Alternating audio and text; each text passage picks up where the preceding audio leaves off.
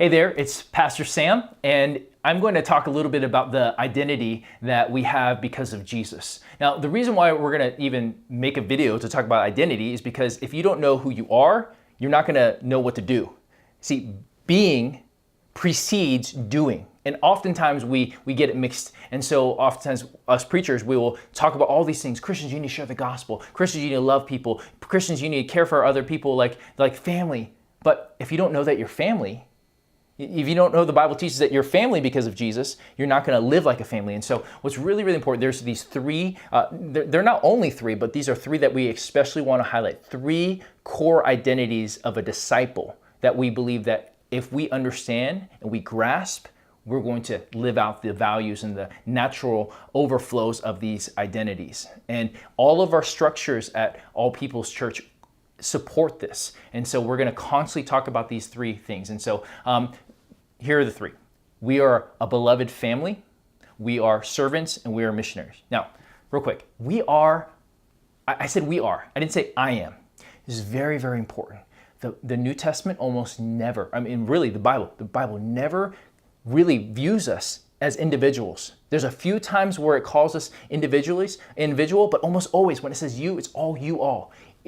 God sees us often individually, but also as a people. And so our identity cannot be just singularly called out, just, oh, I am this. No. We are. And so we want to view our identity as within a people of God, within our family. So first of all, we are a beloved family.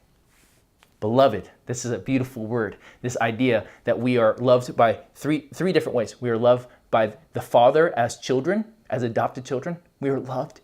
And according to John, it teaches us that he loves us in the way he loves Jesus. So in the same kind of love the Father has for the Son, he has that love for us.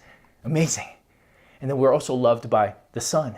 We're loved as the bride of Christ, which is kind of a strange term that we would love to unpack in a future time. But we are loved as the bride of Christ. And third, we're loved by each other, by the church, through the Spirit. And so the whole Trinity is that we're loved by the Father as children, we're loved by the Son as the bride, and we're loved as the church by the Spirit, as the Spirit empowers us to love, because there's no love in which we have that apart from the Holy Spirit.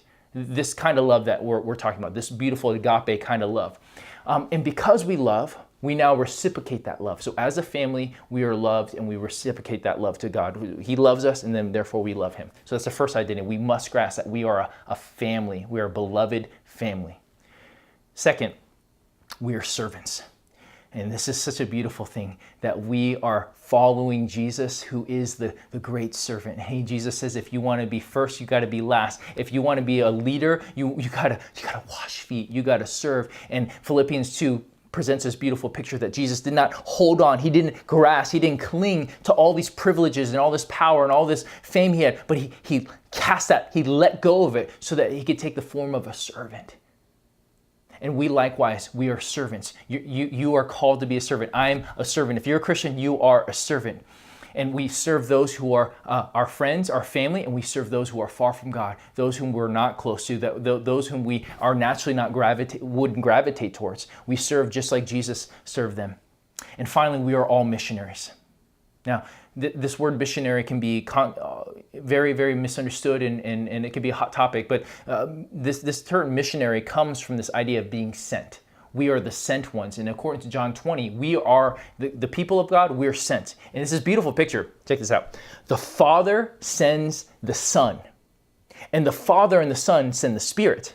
And the Father, Son, and the Spirit, they send the church.